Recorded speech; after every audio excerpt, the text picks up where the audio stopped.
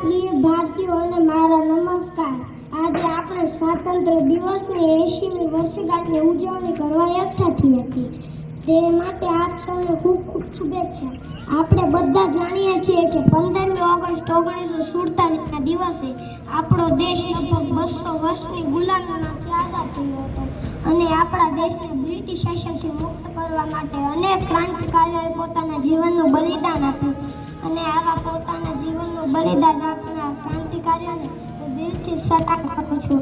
આપણે જે આઝાદીનો આનંદ માણીએ છીએ તે આપણા માટે એક અમૂલ્ય ભેટ છે અને આ ભેટને જાળવી રાખવી એ દરેક ભારતીયની ફરજ છે અને આ ફરજને આપણે તન મન અને ધનથી નિભાવવી જોઈએ। આ ફરજ ફક્ત દેશની સરહદ ઉપર જઈ અને લડાઈ લડવાથી પૂરી થતી નથી, પરંતુ સર્વધર્મ સંભાવ અને નિર્વ્યસની બની પણ પૂરી કરી શકાય છે।